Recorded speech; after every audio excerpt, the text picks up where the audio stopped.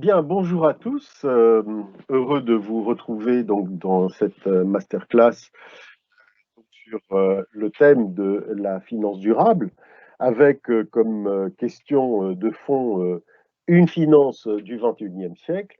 Je suis Dafer Saïdad, je suis professeur à Schema, je suis directeur du MSI Corporate Financial Management FinTech sur notre campus de Lille, mais aussi à Fuzhou.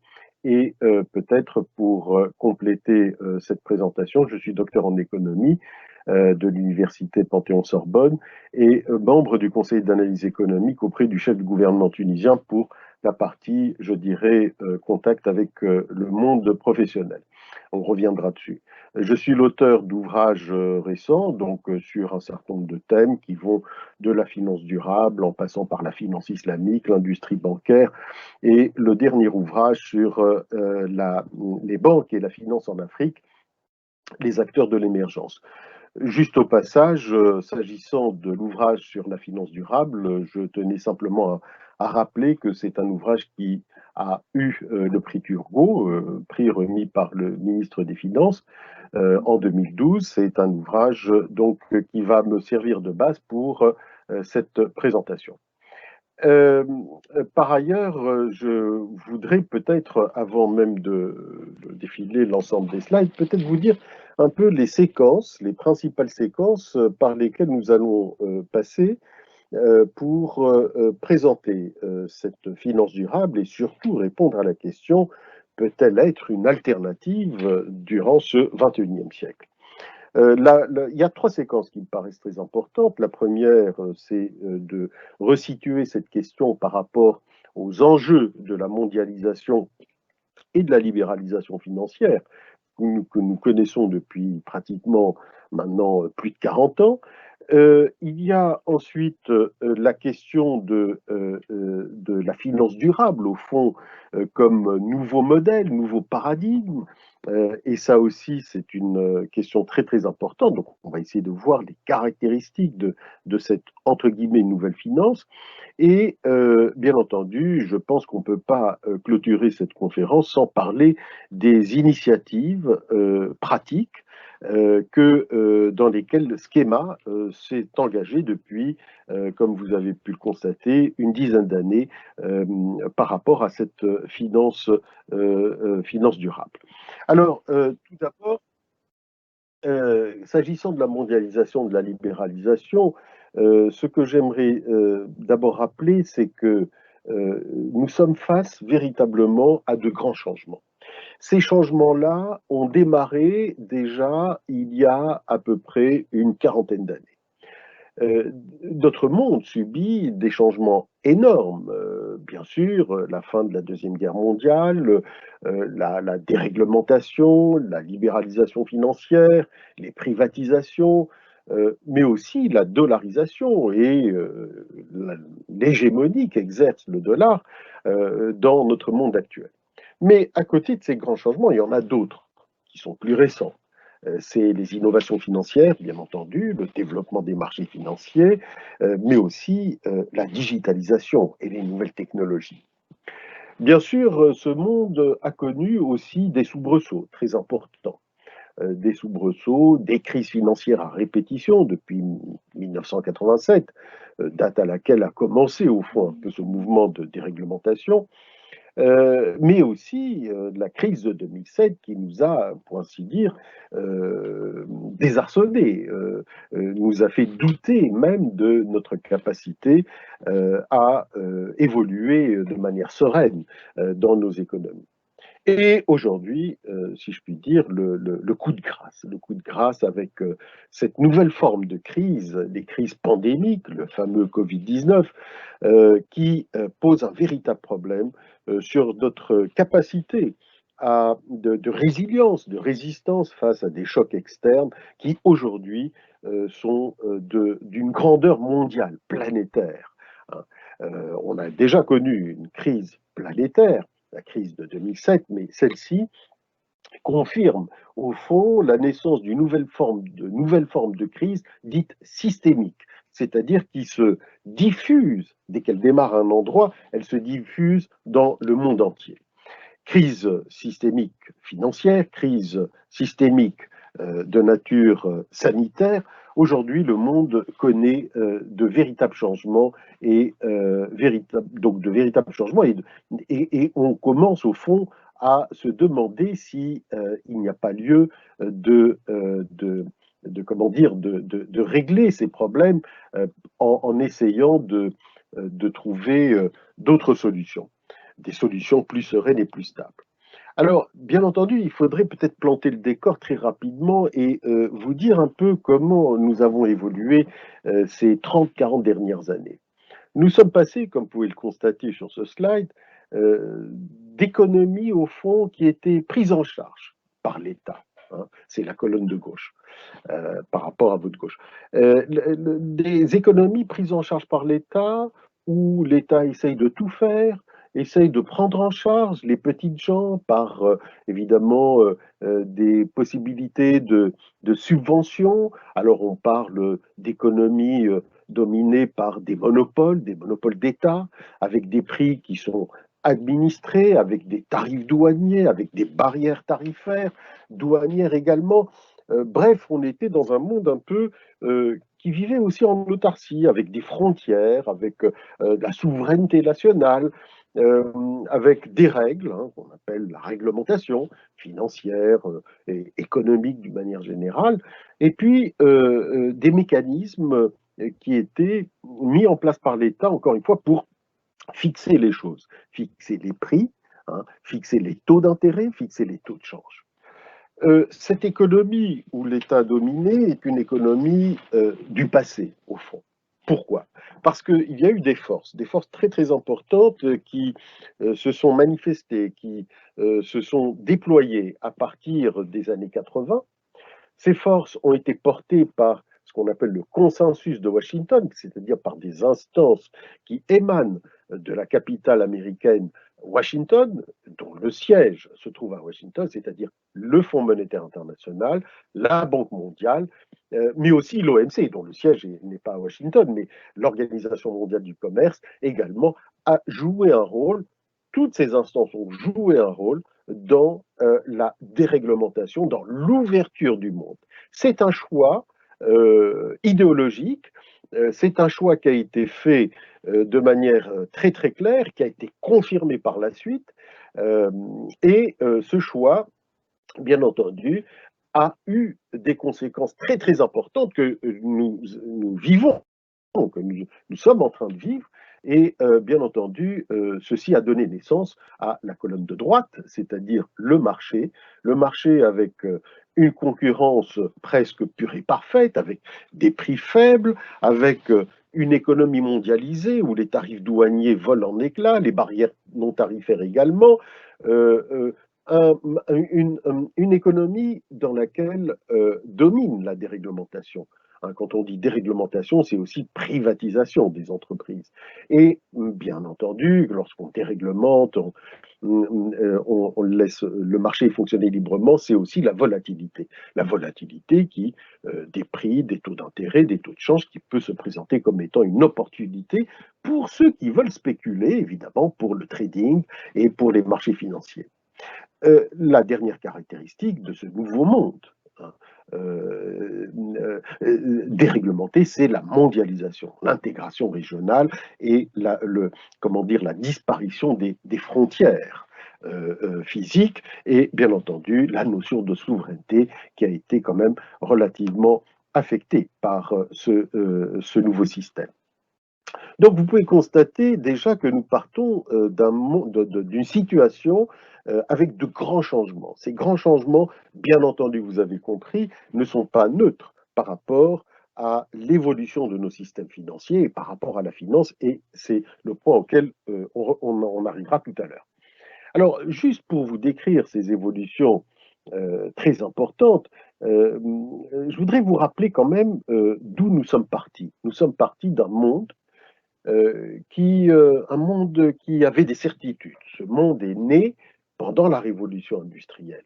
Et pendant la révolution industrielle, pendant toute cette phase, on a appris, on a retenu des leçons qui ont fait ce que nous sommes aujourd'hui. C'est-à-dire, je parle des économies occidentales, des puissances industrielles fortes qui vont dominer le monde, qui vont dominer les terres, les mers, et qui vont développer évidemment un modèle de croissance extraordinaire, magnifique, évidemment au sens de l'époque, euh, qui est magique dans le fond, puisqu'il arrive à faire de la croissance exponentielle, basée sur des règles que vous connaissez, que vous avez apprises, des règles de division du travail, des règles qui montrent au fond que le productivisme, basé sur cette rationalisation du travail, permet de développer la puissance industrielle, permet de développer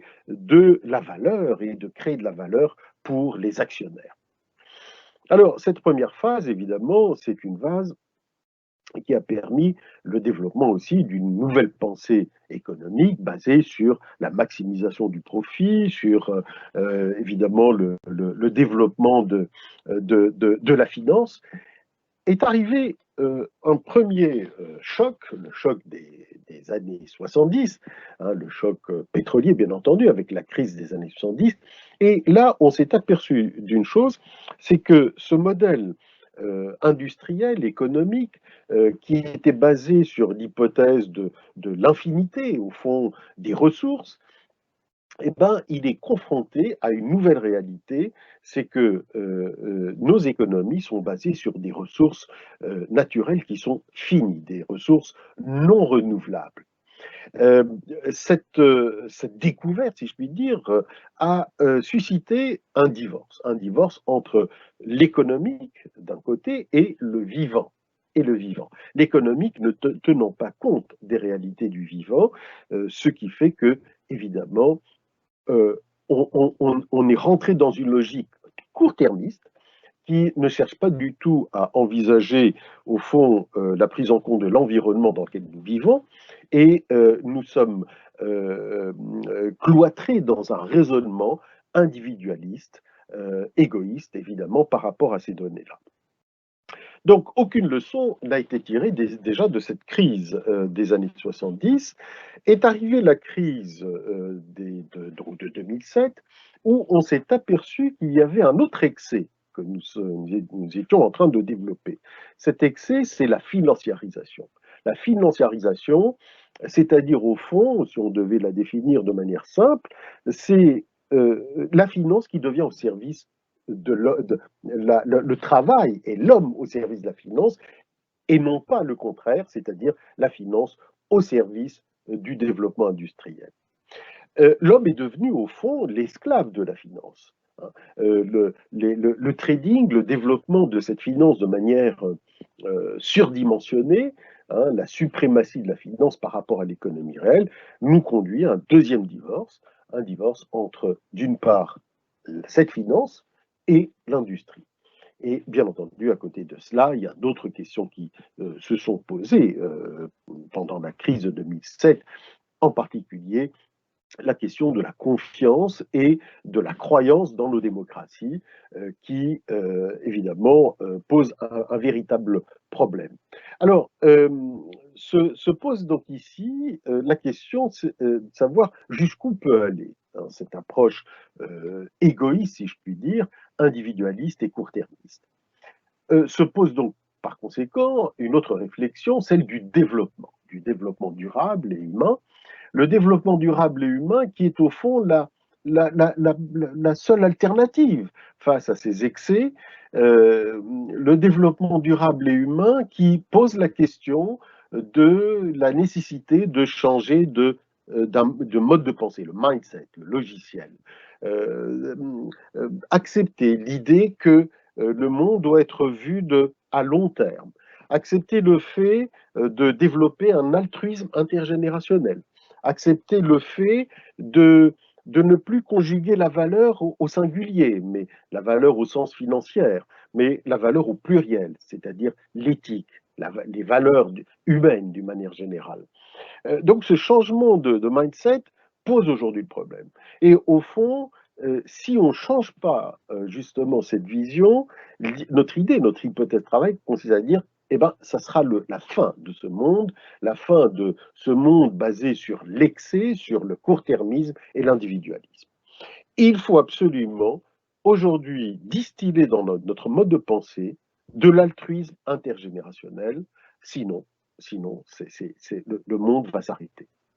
Euh, c'est ce qu'on disait déjà il y a une dizaine d'années lorsqu'on écrivait notre ouvrage, La finance durable. C'est ce que nous confirmons aujourd'hui avec, effectivement, les crises sanitaires que nous connaissons et qui montrent tout simplement que nous sommes limités dans notre vision du monde, que nous sommes très égoïstes et finalement très court-termistes. Alors, c'est un peu malheureux ce que je vais dire, mais ce court-termisme a été entretenu par la pensée économique aussi, hein, au 19e, 20e siècle. Et en particulier, je me souviendrai toujours de cette fameuse phrase qu'on attribue à Keynes, qui consistait à dire à long terme, nous sommes tous morts. Hein. Ce qui nous importe, par conséquent, ce qui importe les économistes, c'est de réfléchir à court terme. Le long terme, c'est difficile à calculer, donc comme nous sommes tous morts, eh ben, on n'y pense pas. Eh ben, ce type de réflexe, hélas, a développé cet individualisme méthodologique qui nous a éloignés de cet altruisme entre générations qui nous oblige aujourd'hui à l'adopter. Et donc de quitter cette contradiction, aimer ses enfants à court terme et les détester à long terme. Aimer ses enfants à court terme, les adorer, mais les détester à long terme, c'est véritablement l'une des grandes contradictions qui, aujourd'hui, frappent nos sociétés et nous amènent, au fond, à réfléchir sur la pertinence de nos modèles. Alors, le temps des révisions est là. Le temps des révisions ou de la révision du modèle dominant est là. Il est important, et je pense qu'on pourra évidemment échanger autour de cette question, il est temps d'évoluer vers des bonnes pratiques. Alors, parmi les bonnes pratiques, il y a la question de la RSE. Qu'est-ce que la RSE? Et je vais être très, très pragmatique. La RSE, c'est une notion qui concerne les entreprises, le comportement des entreprises, c'est la responsabilité sociale des entreprises. Euh, c'est au fond l'application du développement durable au niveau de l'entreprise. De manière simple, la RSE, c'est l'entreprise doit se soucier de sa rentabilité financière, bien entendu, mais elle doit se soucier de ce qui l'entoure, c'est-à-dire elle doit soucier de la société, des individus qui la composent, et aussi de l'environnement. Donc, au fond, l'entreprise doit s'appuyer sur sa rentabilité financière, mais aussi sur ses impacts au niveau de l'environnement et au niveau de la société dans laquelle elle se trouve. Cette notion de RSE s'appuie sur la notion de partie prenante. Et cette notion de partie prenante nous a été léguée par Edward Freeman dans sa célèbre théorie du stakeholder, le stakeholder approach hein, des années 80. Il nous dit au fond, l'entreprise, c'est pas seulement ses actionnaires, c'est l'ensemble des parties prenantes, c'est-à-dire ce sont ses salariés, ce sont ses clients, ses fournisseurs et évidemment les associations, la société civile, etc. Cette approche partie prenante est aujourd'hui une des grandes préoccupations de nos grandes entreprises.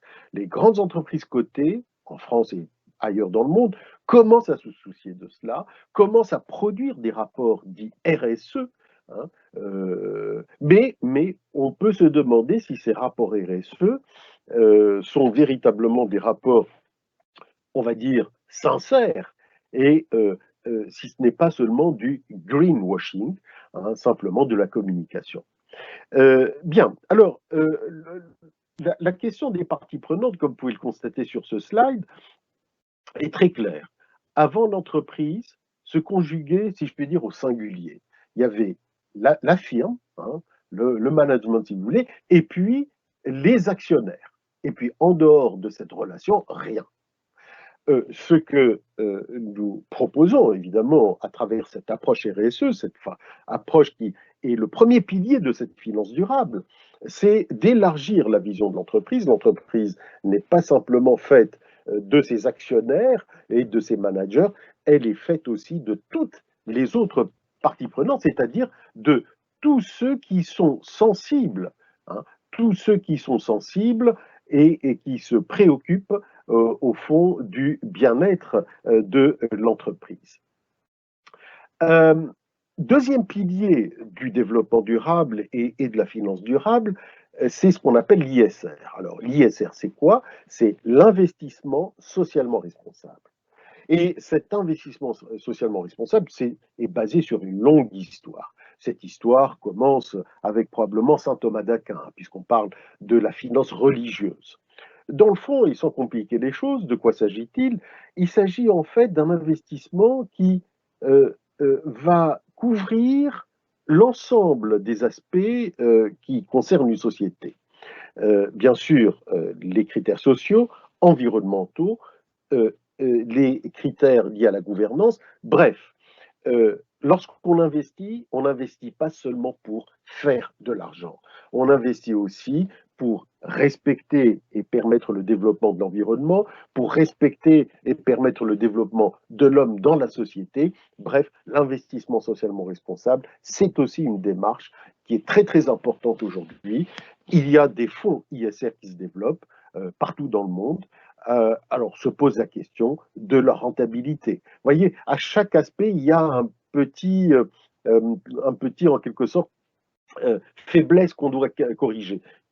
La RSE, c'est le greenwashing, l'ISR, c'est la rentabilité financière. Et c'est sur ces aspects-là que nous sommes précisément en train de travailler, notamment dans les travaux que je signalerai tout à l'heure au sein de nos groupes de recherche à Schema.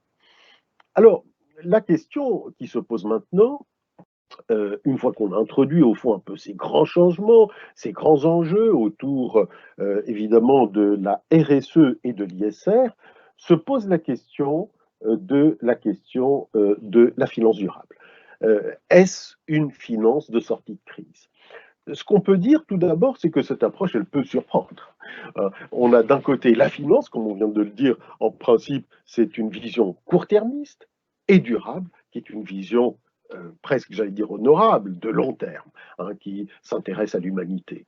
Comment concilier finalement la logique du fric, hein, faire du fric, la performance ou les performances à court terme, et cette noble approche durable de l'homme dans la société, respectant l'environnement, c'est-à-dire l'éthique et la pérennité aussi pour les générations futures.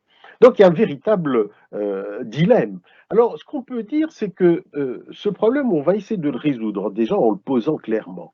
On peut dire tout d'abord, on a d'un côté une finance conventionnelle qui est dans la sphère marchande, qui est là pour, comme je l'ai dit de manière un peu familière, pour faire du fric, qui s'intéresse au prix, au coût, aux marges, qui est motivé par la rentabilité, par la productivité, par l'efficacité et la gestion factorielle.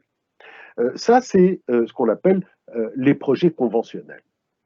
Puis d'un côté, on a cette finance responsable, une finance qui s'intéresse pas seulement à la sphère marchande, mais aussi à la sphère non marchande, c'est-à-dire qui va s'intéresser à l'individu, qui va s'intéresser au fond à l'humain, au durable, à l'éthique, à l'équitable, à la bonne gouvernance, et qui va s'intéresser, bien entendu, aussi à l'entraide. Et là, évidemment, on est face à une finance qui, au fond, vise des projets socialement responsables. La finance durable, c'est la conjonction des deux. C'est une finance qui va évidemment chercher à gagner, c'est-à-dire avec une rentabilité financière, mais aussi une rentabilité extra-financière. Et c'est là ça veut dire la difficulté, mais aussi la beauté de l'exercice. Comment concilier le financier et l'extra-financier? C'est ça le véritable enjeu de ce 21e siècle. Au fond, la finance durable, si on devait aussi peut-être la définir avant de poser au fond la définition officielle, c'est de dire, voilà, c'est une finance qui s'intéresse aux petites gens. C'est une finance de proximité, une finance propre, mais en même temps performante. Hein, les fameux 4 P. Proximité, petite taille. Hein, voilà, les individus ne sont pas anonymes. Hein, on est proche, on est propre aussi, éthique, et aussi performant. Donc, cette finance durable, va aussi poser un autre problème.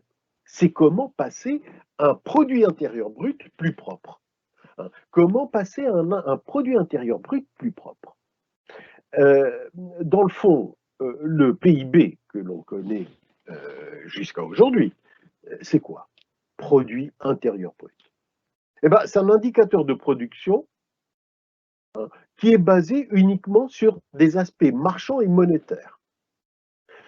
Il ignore absolument tout de ce qu'on peut appeler les externalités négatives, c'est-à-dire les effets prédateurs, dévastateurs de l'environnement, le productivisme, les méfaits et les effets sur la société et l'homme, les burn-out, la dérégulation de la vie sociale, de l'environnement.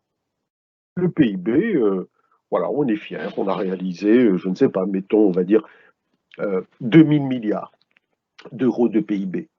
Mais si on creuse un peu, c'est pas 2000 milliards qu'on a réalisé, c'est certainement moins, parce que on n'a pas calculé, on n'a pas intégré le coût des externalités négatives, le coût des effets prédateurs du productivisme sur l'homme, sur l'environnement. Ce coût social, ce coût environnemental, si on le défalquait des 2000 milliards, eh ben, il resterait plus grand-chose. En tout cas, il resterait, mais en tout cas, moins de 2000 milliards. Donc, il est temps d'arrêter de compter positivement les activités néfastes. Il est temps d'introduire une vraie comptabilité hein, qui permette de donner la vraie vitesse à laquelle nous évoluons. Et qui évite évidemment, et qui donne une bonne lisibilité et qui évite les dérives du modèle dominant.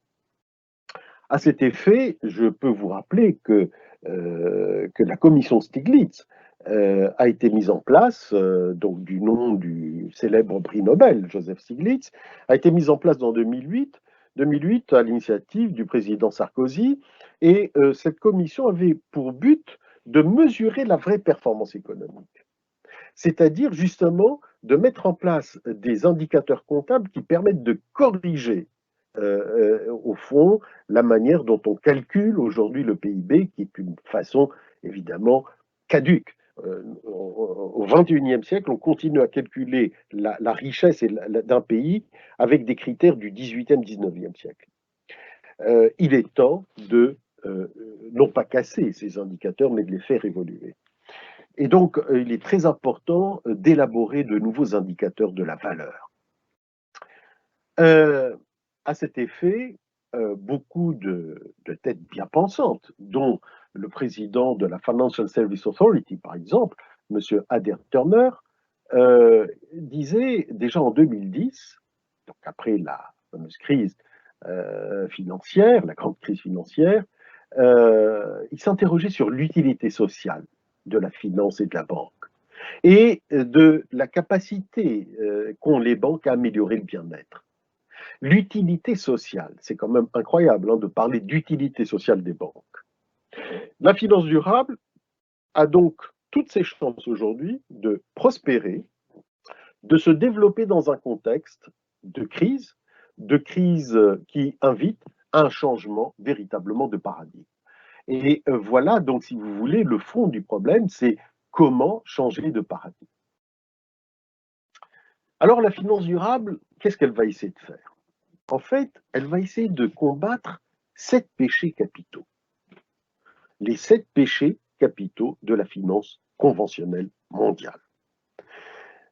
On parle d'ailleurs à cet effet de cocktail explosif. Alors, les 7 péchés capitaux que je vais vous présenter résultent donc d'un travail collectif que nous avons consigné dans l'ouvrage que je vous présenterai tout à l'heure, La finance durable, une finance du XXIe siècle. C'est un ouvrage collectif qui a réuni plus de 17 experts hein, de renommée mondiale.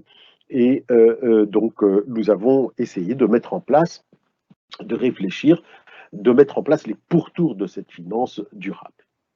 Alors, tout d'abord, la finance durable lutte contre un premier péché capital, c'est le manque de transparence. Le manque de transparence dans le monde des affaires. Le manque de transparence, c'est l'existence, par exemple, de paradis fiscaux. de zones grises dans nos systèmes économiques et financiers, de l'incapacité, au fond, de, d'arrêter certains mécanismes, hein, ces fameuses grosses lessiveuses, comme on dit, hein, qui se trouvent même sur le continent européen, pas très loin de chez nous, hein, euh, euh, qui, au fond, n'invitent pas ou en tout cas ne nous permettent pas de comprendre véritablement ce qui se passe et le mode de fonctionnement de certains rouages financiers. Donc, le manque de transparence. Il faut absolument lutter contre les paradis fiscaux. On parle beaucoup, on essaie d'agir, ce n'est pas facile. Deuxième gros problème, c'est l'aléa moral. L'aléa moral, c'est pour simplifier, c'est la certitude qu'ont les banques d'être secourus, même s'il s'agit de banques privées, d'être secourus par la banque centrale, c'est-à-dire le prêteur en dernier ressort, c'est-à-dire avec de l'argent public. Dans tous les cas de figure, même si elles commettent des erreurs qui relèvent de problèmes, si vous voulez, qui ne sont pas nécessairement des problèmes publics. J'entends par là que certaines banques, grandes banques, bien entendu, encore une fois, même privées, peuvent être secourues avec de l'argent public. Pourquoi? Parce que ces grandes banques peuvent menacer l'équilibre et la stabilité économique d'un pays. Donc, et là, on retrouve ce fameux adage, au fond, too big to fail. Trop grosses pour disparaître. Et donc, comme elles sont trop grosses pour disparaître, parce qu'elles risquent de fragiliser l'ensemble de l'économie, d'arrêter le business, le monde des affaires, etc. Et donc, c'est susceptible, au fond, de créer, de développer du chômage, etc. Donc, qu'est-ce qu'on fait? Eh bien, on va les sauver, ces banques, même si elles sont privées. On les sauve avec de l'argent public. Et donc, on arrive finalement à une absurdité, c'est-à-dire, lorsque ces banques gagnent de l'argent, eh ben, cet argent est privatisé, on privatise les gains, et lorsqu'elles ont des problèmes, on va mutualiser les pertes. C'est la société qui paye. Cet aléa moral est insupportable. Cet aléa moral ne peut plus continuer. Ce n'est pas durable. Vous voyez, c'est une finance qui n'est pas durable, comme le manque de transparence. L'autre caractéristique de cette finance non durable, et contre lequel on devrait justement agir pour mettre en place cette finance durable, c'est les conflits d'intérêts. C'est la possibilité pour quelqu'un qui est dans le public, qui est responsable politique, de se retrouver dans une banque privée de renommée mondiale, sans les nommer. Et puis de cette banque privée, quand il finit son mandat, et donc dans la banque privée, il peut repartir dans la politique. Ce mélange de genres est très très inconfortable et très préjudiciable pour le développement d'une finance utile, d'une finance qui soit au service de la société et de l'environnement. Quatrième problème, c'est la complexité des produits financiers. Les produits financiers sont inextricables aujourd'hui.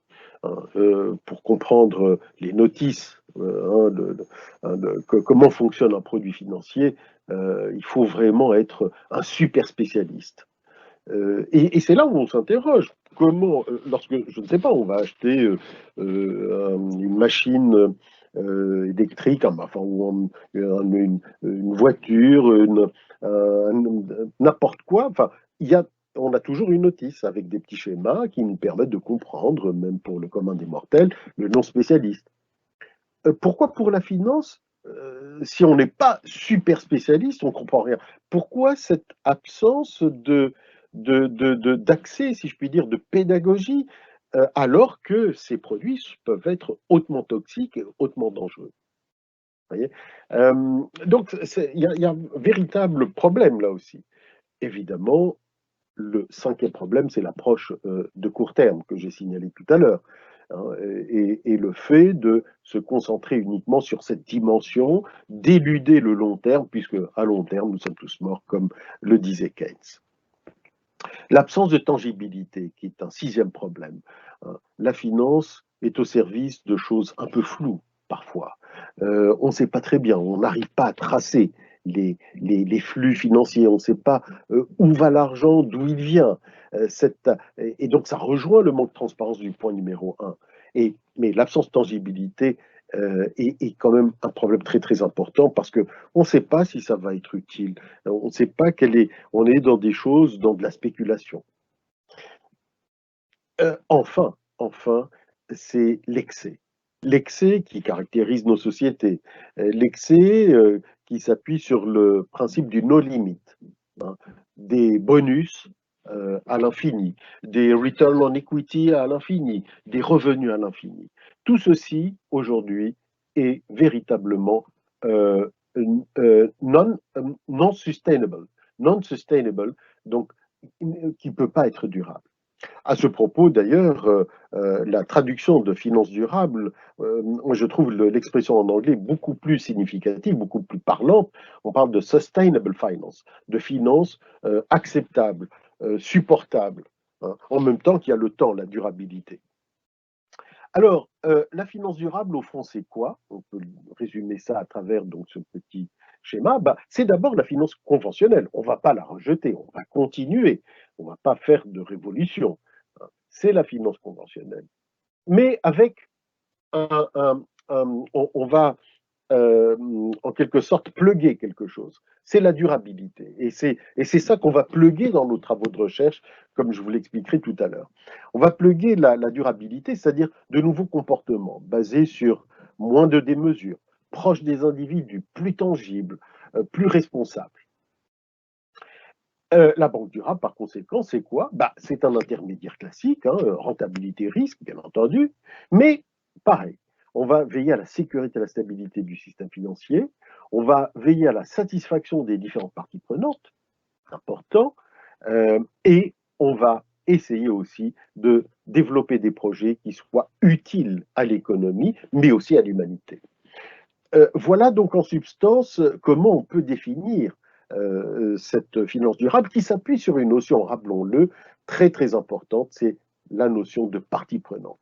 C'est-à-dire tout individu sensible aux actions d'une structure, banque ou entreprise, et tout individu sensible aux actions de la banque entreprise et qui met en œuvre, hein, que l'entreprise met en œuvre pour atteindre ses objectifs. Alors, évidemment, qu'est-ce qu'on a? On a l'entreprise ou la banque, peu importe, première relation avec son actionnaire, mais ensuite on va trouver les gérants, on va trouver la société civile, on va trouver l'État à travers la régulation, les clients, les employés, etc. Donc, c'est comment passer d'une fonction d'utilité, au fond, qui lie uniquement l'entreprise et l'actionnaire, à une fonction d'utilité multiple. Et c'est ça, au fond, la nouveauté, au fond, un peu de cet exercice. Alors, pour finir, je voudrais vous parler donc des initiatives qui sont lancées de manière très très concrète et des actions qui sont en cours au sein de notre école, Schema Business School. Donc, je rappelle très brièvement que nous sommes partis de l'environnement, la mondialisation, ses effets, l'impact de tout cela sur cette finance, au fond, qui a besoin d'être révisée, les modes de révision de cette finance, et maintenant, je vais vous parler, au fond, de notre engagement en tant que professeur à Schema et en tant qu'acteur de la société également. Alors, la finance durable va occuper nos esprits, bien entendu, et elle nous a occupés depuis plus de 10 ans maintenant. Nous avons lancé une initiative, c'est-à-dire d'abord l'ouvrage qui s'intitule La finance durable, une nouvelle finance pour le XXIe siècle, donc pour lequel on a eu le prix Turgot en 2012. On a lancé une initiative qui est l'Observatoire international de la finance durable, présidé par Georges Pauget, ancien directeur général du Crédit Agricole. On a lancé une initiative qui est le trophée SAB Trophy, pour évidemment donc primer les meilleurs travaux dans le domaine de la finance durable. L'ouvrage d'abord, donc une nouvelle finance pour le XXIe siècle, avec d'éminents spécialistes à qui nous avons posé la question, c'est quoi la finance durable? Je vous rappelle, on était en 2011. Et là, évidemment, la richesse des réponses fait qu'aujourd'hui, et ben voilà, ce concept qui n'existait pas il y a 10-15 ans, aujourd'hui commence à prendre du chemin, commence à prendre comment dire, commence à peser dans le débat public et commence à être important et à s'imposer.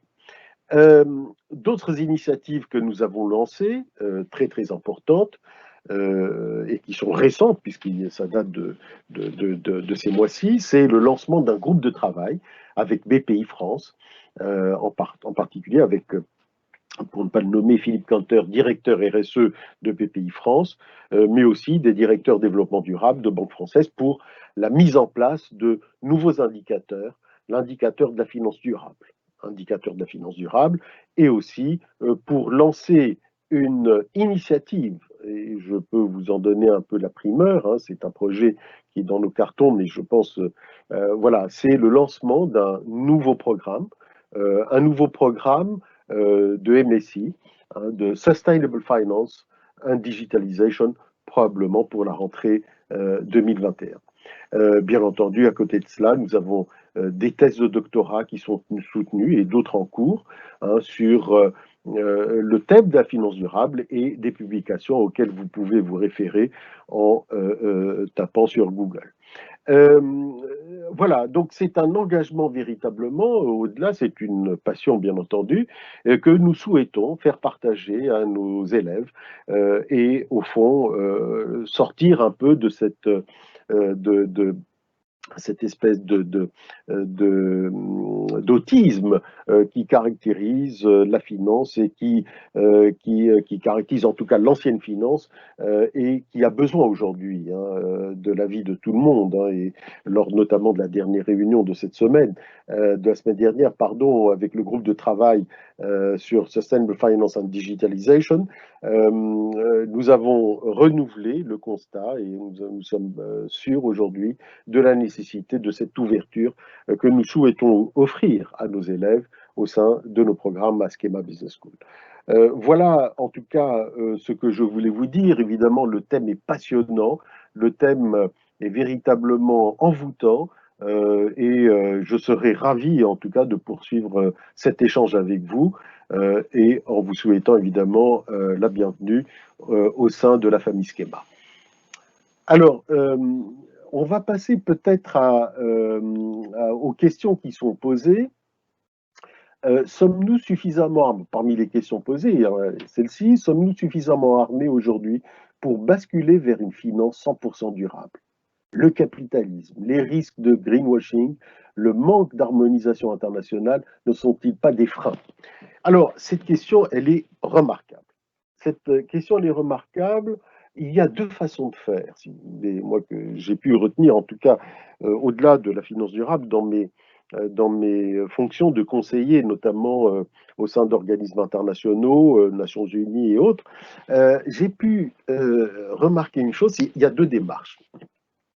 Il y a, si vous voulez changer les choses, il y a les démarches top-down, c'est ce qu'on utilise en général, on utilise les responsables politiques, il faut des réformes, passer par le Parlement, etc., des grandes lois et tout, hein. Et puis il y a la démarche bottom-up, hein, c'est-à-dire la société, les petites mains, si je puis dire, nous en tant que chercheurs, en tant qu'enseignants, voilà, on essaie de changer le mindset, on essaie de changer les choses à travers les programmes notamment dont je vous ai parlé. Et l'idée du bottom-up est très très intéressante et c'est ce que nous essayons de faire. Dans le fond, on se dit, bah, si on veut faire changer les choses face à cette résistance, hein, du capitalisme, comme vous le dites, face à cette tendance du greenwashing, eh ben, c'est de changer déjà le tableau de bord. Pourquoi ne pas introduire des indicateurs extra-financiers? Des indicateurs extra-financiers que les investisseurs exigent aujourd'hui. Les investisseurs, je parlais d'ISR, d'investissement socialement responsable, sont de plus en plus sensibles à ce que vous allez faire de leur argent. Vous avez beaucoup d'investisseurs qui, aujourd'hui, s'intéressent et veulent mettre leur argent, au-delà de la finance islamique, hein, dont on pourrait parler, souhaitent effectivement faire des placements qui ont du sens, qui dépassent le greenwashing, comme vous dites, et qui dépassent justement cette finance purement capitaliste. Donc il suffit de changer les indicateurs. Et là, je vais vous parler de démarches très, très concrètes. Nous avons aujourd'hui des indicateurs extra-financiers qui sont publiés par les grandes bases de données. Euh, les grandes bases de données mondiales, Asset4 par exemple, publient des indicateurs extra-financiers qui intéressent les investisseurs. C'est-à-dire les investisseurs, avant de mettre leurs sous, ils vont voir comment se comporte l'entreprise. Bon, évidemment, ils vont prendre les critères extra-financiers et ils vont aussi tenir compte des critères financiers parce qu'ils ne vont pas placer que pour les beaux yeux, si je puis dire, de la démarche RSE ou ISR. Et donc, c'est un arbitrage qui est fait, et de plus en plus, il est développé. Et aujourd'hui, on arrive à avoir des placements financiers qui sont rentables. Nous n'en sommes qu'au début, bien entendu. Nous sommes à la genèse de cette finance. Mais encore une fois, cette finance, cette démarche, peu importe comment on l'appelle, cette démarche d'ouverture sur les parties prenantes est indispensable si nous souhaitons véritablement euh, euh, assurer un avenir meilleur à nos enfants et assurer une démarche plus éthique, plus conforme à ce que nous souhaitons. Le problème du Covid-19, je pense, est là pour nous le rappeler. Alors, évidemment, je pense qu'il ne faut pas non plus trop chercher à tirer des leçons. Hein, il est trop tôt, à mon avis, pour comprendre et avoir le recul nécessaire. Mais ce que l'on peut dire, c'est que il y a certainement des dysfonctionnements qui caractérisent aujourd'hui notre planète, ne serait-ce que l'effet de cette mondialisation, le fait que cette pandémie touche, enfin que ce virus touche le monde entier en un temps record. Enfin, c'est quand même extraordinaire. Et le vecteur, évidemment, c'est la mondialisation, c'est les connexions qui permettent. Donc, il y a une véritable réflexion. Je pense qu'il faut saisir cette opportunité pour, bien entendu, réfléchir à la faisabilité de cette finance. En tout cas, ce que je peux vous dire, c'est qu'en tant que chercheur, nous sommes en train de contribuer à cette réflexion par la conception de nouveaux indicateurs de performance. Et ce que nous disons, et nous avons des publications là-dedans, hein, c'est que on essaie de proposer aux entreprises, aux banques, des indicateurs qui soient ce qu'on appelle les indicateurs de performance durable, c'est-à-dire qui mixent la performance financière et la performance extra-financière. Voilà, donc ce sont des petites avancées qui sont indispensables aujourd'hui si nous souhaitons véritablement faire progresser notre société. Donc, Marie dit, la crise actuelle du Covid-19 encourage-t-elle les investisseurs à se tourner davantage vers la finance durable? Marie, excellente question, mais en toute modestie, et je vous le dis, je pense que le lien entre le Covid-19 et la finance durable, le lien est difficile à faire. En tout cas, moi, en tant que spécialiste de finance. Mais ce que je peux vous dire, c'est qu'il y a, s'il n'y a pas d'effet direct, il y aura des effets indirects. Et des effets indirects sur la nécessité de changer le mindset, de changer la mentalité, d'avancer à pas sûr, si je puis dire, sur l'évolution de nos programmes, par exemple, de nos programmes d'enseignement, de ce que nous proposons à nos élèves. Il est important d'aller vers cette démarche de durabilité d'une manière générale. C'est plutôt une invitation, hein, le Covid-19 et accessoirement le confinement, une invitation à réfléchir sur ces modèles de croissance interconnectés, terriblement interconnectés par cette mondialisation. Ça ne veut pas dire qu'il faut défaire la mondialisation, mais peut-être faire une autre forme de mondialisation, parce que les effets, on le voit très bien, sont quand même assez durs à supporter. Voilà, alors d'autres questions. Oui, je vous remercie pour moi aussi de votre présence. hein, qui est toujours très constructif, bon, même s'il n'y a pas de débat oral, mais les divergences, alors vous dites divergences de développement des pays à l'échelle mondiale n'est-elle pas un frein à la mise en place de cette finance durable? Bien entendu, il y a des divergences, oui. Alors ça, c'est, si vous voulez, bon, très difficile de mettre d'accord les pays entre eux, hein, sur une démarche, évidemment, RSE, une démarche de durabilité. Pourquoi? Parce que bon, bah, chaque pays doit défendre également, hein, ses propres intérêts, et donc c'est pas facile. Moi, ce que je vois en revanche, c'est le clivage entre les pays riches et les pays pauvres. Euh, alors, il y a deux idées, je pense qu'on peut avancer ici. C'est que premièrement, euh, ceux qui souffrent au fond, hein, du problème de la pollution, ne sont pas nécessairement les premiers responsables. En d'autres termes, les pays pauvres ne sont pas les plus gros pollueurs. Bien. Deuxième idée, moi qui me paraît importante, c'est que les pays pauvres sont des pays qui ont une chance, si je puis dire, un peu dans leur malheur, c'est que les business models d'entreprise sont très rudimentaires, très simples. Et ce que j'ai pu remarquer, notamment en côtoyant, en travaillant avec le club des dirigeants des banques africaines, par exemple, ou le Bureau des Nations Unies en Afrique, c'est que les pays pauvres sont euh, plus facilement réformables, si je puis dire. On peut plus facilement changer, faire évoluer les structures vers une forme RSE, hein, dans ces pays-là que dans nos pays qui sont le résultat d'un héritage industriel très lourd, hein, depuis de nombreuses années. Donc on a pris un certain nombre de réflexes, si vous voulez, qui aujourd'hui nous rendent la tâche, disons, des changements un peu difficiles. Pas facile d'implémenter la finance durable ou la démarche RSE dans nos structures. Donc, il est très important, je pense, d'avoir ça en tête. Il y a une sorte de catching up ou comme on aime bien l'appeler en Afrique, de leapfrog, hein, de saut de grenouille.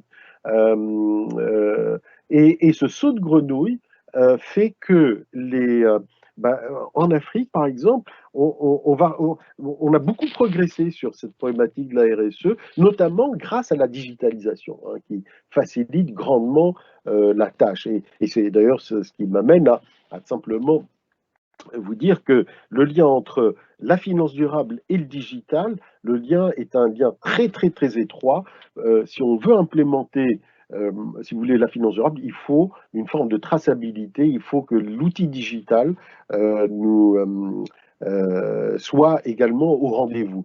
Et encore une fois, je pense que l'implémentation de la finance durable dans des pays, encore une fois, simples, où il n'y a pas de complexité industrielle dans les business models, sera beaucoup plus facile que dans les vieilles démocraties industrielles, si je puis dire. Voilà. Euh, alors, alors, Manon, pensez-vous que le monde pourrait assister à une nouvelle crise systémique à la fin de la pandémie? Manon, ça c'est, il y a un slide que j'aurais pu vous présenter et qui montre la récurrence des crises depuis 1987, c'est-à-dire depuis la grande crise financière après la déréglementation. Et en fait, on a eu des crises pratiquement tous les ans, hein, on ne les sent pas. Alors, ce qui est assez amusant, c'est que euh, les, euh, les économistes de gauche parlent de crise. Les économistes de droite parlent de ajustement du marché. Regardez le langage, comment il est, hein, d'ajustement du marché. Ça veut dire on a accepté la déréglementation, la libéralisation. C'est fini, l'État n'est plus là. L'État n'est plus là pour administrer, pour contenir les soubresauts et les crises et amortir les crises. l'État a laissé la place au marché. Donc, automatiquement, maintenant, on doit s'habituer à ces ajustements du marché. On a fait le choix de cela. Donc, si vous voulez, on ne peut pas demander la déréglementation, la libéralisation, l'ouverture des frontières, la mondialisation, et en même temps que l'État continue. Hein, ça ne paraît pas très logique. Et donc, si vous voulez, depuis 87, vous l'avez peut-être pas senti, Manon, mais on a eu des crises pratiquement tous les ans. Des crises qui ont été de formes variées, etc., jusqu'à la crise de la dette souveraine, donc la crise grecque, etc., pratiquement tous les ans. Alors maintenant, c'est vrai ce que vous dites, ce qui est autrement plus dangereux, c'est quand ces crises sortent des frontières et quand ces crises deviennent systémiques. Voilà. Et là, le mot est très, très important. Quand il s'agit de crise systémique, là, c'est le monde entier qui s'arrête. Et à ma connaissance, hein, moi, j'ai jamais vu de crise bancaire systémique, mais si jamais il y avait une crise financière systémique, autant vous dire, et on peut en faire la démonstration, c'est la fin du monde. Bon, alors une crise pandémique systémique, vous voyez, bon, on essaie de trouver le vaccin, etc., mais une crise financière systémique, si jamais elle était amenée à avoir lieu, je pense que oui, ce serait dramatique. Je n'ose même pas l'imaginer, ni même, vous voyez, c'est tellement. Alors, comment changer de finance de cette façon si tout le système ne change pas d'un coup et si tout le monde ne joue pas le jeu? Ne risque-t-on pas d'être perdant au moins au début? Euh, euh, Comment changer de finance de cette façon? D'abord, on est bien d'accord que ce changement, il a plus de chances de se faire en agissant bottom-up. La société, les ONG, la société civile, le mindset, nos programmes, l'accompagnement de nos élèves dans nos programmes, semer ces petites graines qui sont très très importantes. Et quand on sème, il faut du temps. Bon, je vous rappelle qu'il y a 10 ans, quand on tapait sur Internet finance durable, ce concept n'existait pas.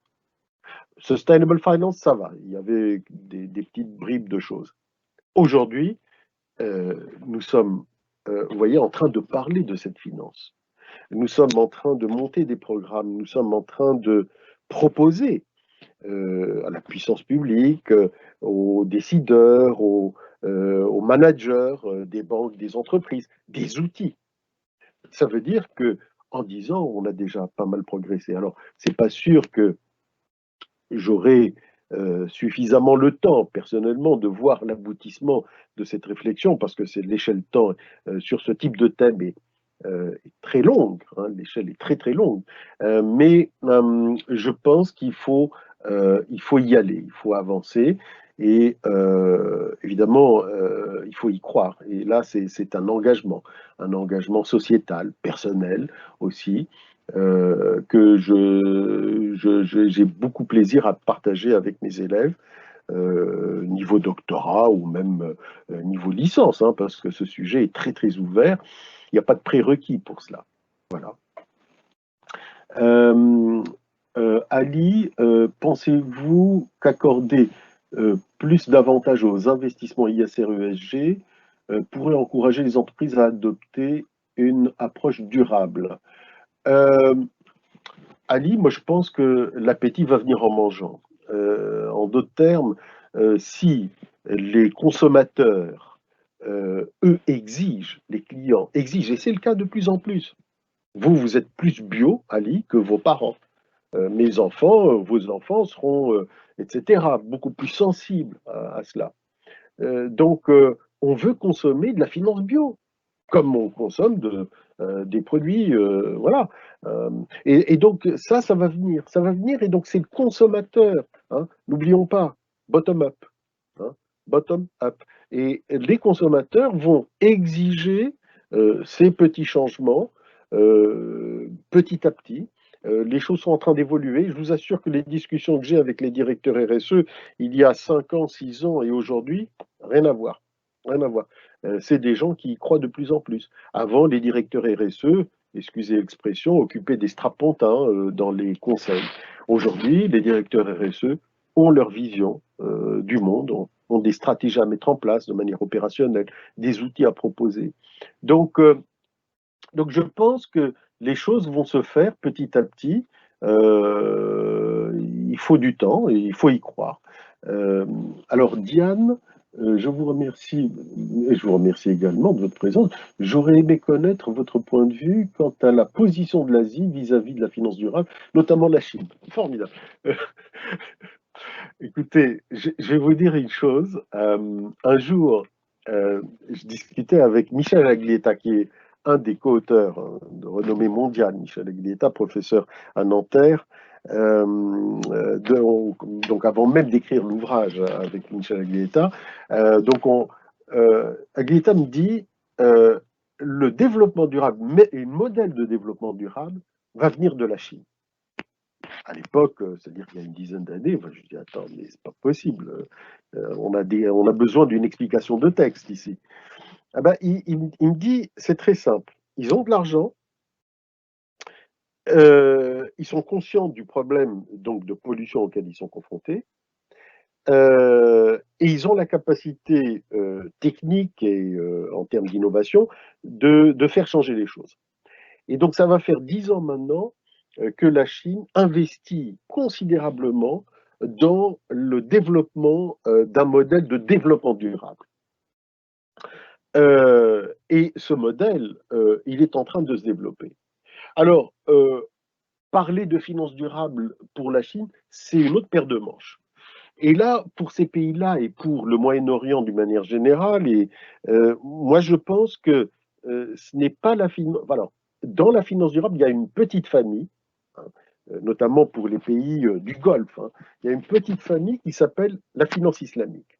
C'est une forme de finance durable que j'explique d'ailleurs dans mon ouvrage, je pense qu'il est sorti en 2009, il a été réédité, qui s'appelle La finance islamique, et on voit très très bien que cette finance est une finance qui a les mêmes attributs que la finance qu'on vient de décrire, sauf que l'éthique, elle est religieuse, hein, bon ben voilà, elle sort du Coran, hein, et non pas d'une réflexion de philosophe laïque, si je puis dire. Donc, euh, la finance durable dans d'autres contrées, oui, il peut exister, mais elle peut prendre d'autres formes. Hein. D'autres formes plus ancrées sur, comment dire, sur une culture locale. La finance durable, c'est le terme générique, mais elle peut se contextualiser en fonction des pays. Vous voyez. Voilà. Euh, alors, euh, comment la finance éthique appréhende-t-elle la titrisation? Ah, hmm. Alors là, d'abord, il faut peut-être qu'on explique ce que c'est que la titrisation. Et je vois que l'heure tourne, donc je vais peut-être, sauf si on m'autorise à rester encore plus, hein, bon, voilà. La titrisation, d'abord, il faut savoir une chose, c'est quoi?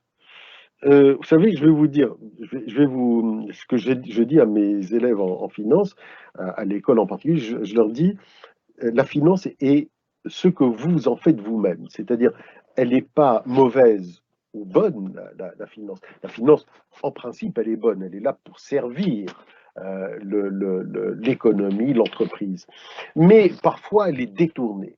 Elle est détournée. Ces instruments sont détournés pour faire de la spéculation, pour faire de. Et la titrisation, typiquement, c'est ça. La titrisation, c'est en principe, c'est on allège le fardeau de la dette sur un débiteur. On prend sa dette, d'accord, et on va la vendre avec des cotes. Hein. Moi, créancier numéro un, je vais la vendre à un deuxième créancier. Donc, il y a un réchelonnement. On va revoir le calendrier de la dette pour ce débiteur. Il va continuer à payer, bien entendu, mais on va lui laisser un peu plus de temps. Donc, à l'origine, la titrisation, c'est une bonne chose. Hein. Elle a permis aux pays pauvres hein, d'alléger leurs dettes. Elle a permis d'une manière générale, donc, de monétiser cette dette. Et donc, c'est plutôt une bonne chose. Alors, maintenant, ce qui s'est passé, c'est qu'avec la crise de 2007, il y a deux gros mots qui sont apparus, hein. Il y a subprime et titrisation, hein. Et j'en rajouterai un troisième, effet de levier. Alors qu'à l'origine, ce ne sont pas des gros mots. Ce sont des mots, ce sont des techniques qui permettent de fluidifier la finance, voyez, d'introduire de la liquidité, voyez, de reculer les contraintes. Mais malheureusement, ces instruments ont été détournés par des spéculateurs. Et donc, si vous voulez, la finance éthique, il peut y avoir de la titrisation, bien entendu, si elle est utilisée à bon escient, si elle est utilisée de manière utile à la société. De même, les effets de levier, de même la spéculation, j'irai jusqu'à ce mot-là, hein. Il ne faut pas condamner ces choses, il faut condamner l'usage qu'on en fait.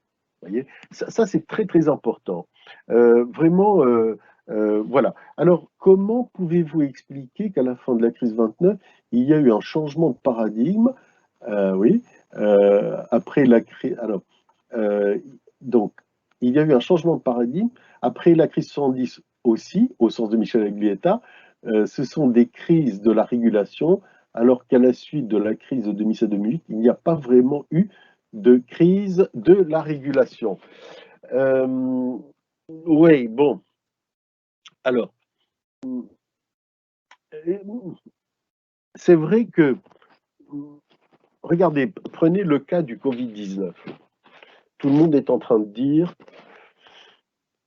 on va changer de paradigme. Ça y est, cette fois, ça y est, on a compris, on va changer de paradigme.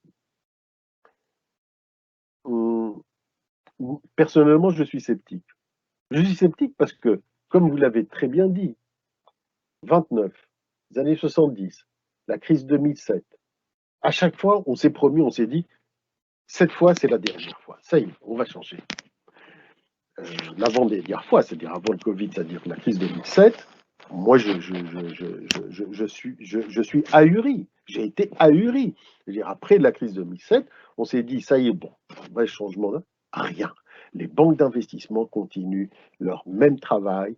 Alors, pas toutes, évidemment, il ne faut pas les généraliser, mais la spéculation a continué bon train, les effets de levier également, les returns on equity n'ont jamais été aussi élevés.